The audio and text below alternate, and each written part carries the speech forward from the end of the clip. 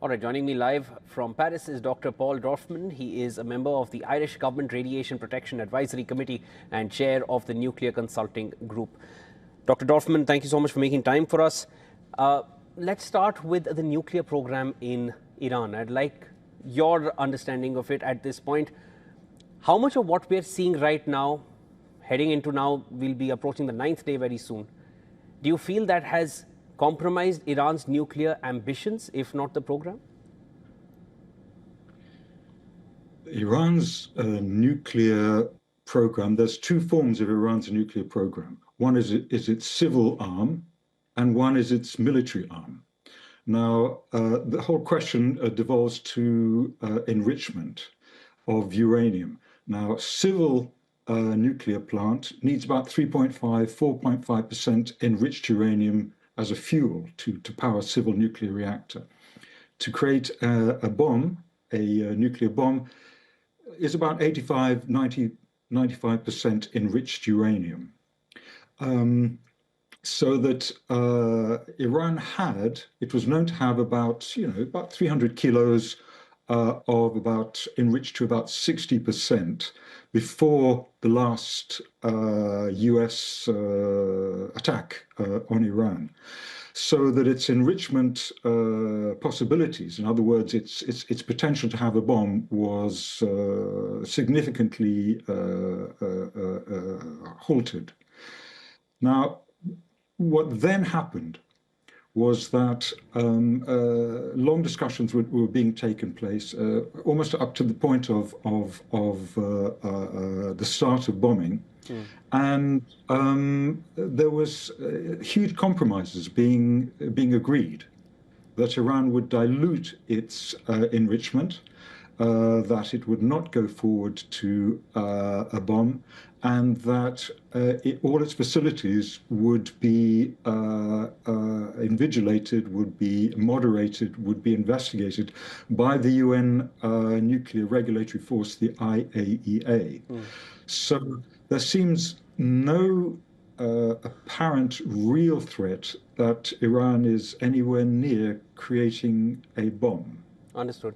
Because IAEA, as you correctly mentioned, sir, they mentioned that there was nothing to suggest that Iran is creating that bomb. And of course, the Pentagon had also mentioned that there was no imminent threat coming in from Iran before the strike started. But at this point, I'd just like to now shift focus to the Gulf countries. UAE, they've given out a first statement. The president has said that UAE is at war and they're fully prepared. Qatar had initially, there were reports suggesting that Qatar had carried out a strike. Qatar denied it completely after that, but that report did go around the world very, very quickly. Are we looking at perhaps an approach towards an intra-West Asia war as well? It's becoming something that's getting out of control. Now, Trump is unhinging the global, the global order. And this emphasis on first use of force is becoming a new normal, and that has huge implications for the world order, where the so-called preventive or preemptive wars are becoming something that may possibly be increasingly accepted. Now, that is hugely important. And it sets a kind of a principle that really one doesn't really want to or need to go down. Now, in terms of the Gulf itself, it was clear that before this war started, before the bombs started dropping, there was a pan-Gulf move to resolve this through diplomacy, including Saudi, including Qatar, including all of the Gulf states, which, of course, the bombing completely nixed. The bombing completely stopped.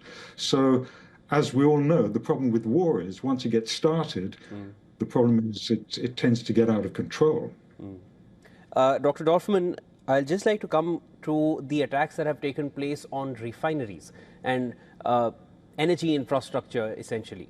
Apart from the attacks inside Iran, the attack on Haifa, which has just taken place just recently in Saudi Arabia, twice at Ras Tanura, in Bahrain, in UAE, and ports in Dubai as well, and in Bahrain as well. And those ports are as essential to that energy infrastructure as the structures themselves. So does that give a sense of what the actual strategy behind this war is, or the purpose behind the war? From both sides, I'm saying, because the attacks are taking place from both sides. It's difficult to understand because, I mean, the fact is that a quarter of seaborne oil passes through the Hormuz Straits, and a fifth of the liquefied natural gas, LNG, as well too. And the scale of this energy shock will determine the macroeconomic impact. So that in terms of attacks on or prevention of the movement of oil and gas, this will have a significant impact on the world economy, especially if this is a prolonged engagement, a prolonged war, as it's starting to look like.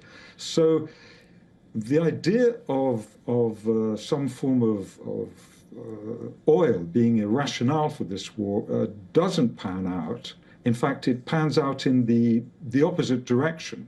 In other words, this will hurt the world economy, and it's something that, of course, bad actors like Russia would very much like to see. And that brings into question questions of the embargo as well too. America is now sort of thinking about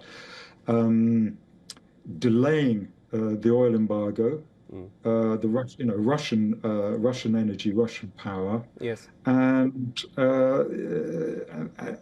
so it has sort of severe follow-on consequences. You mentioned first use of force is soon or is quickly becoming the new normal with all the preemptive strikes that are taking place, and it sets a very dangerous precedent. I'll take that as a key takeaway from this interaction of ours. Dr. Dorfman, thank you so much for joining me here on the broadcast. There'll be more to discuss. Look forward to having you with us again. Thank you.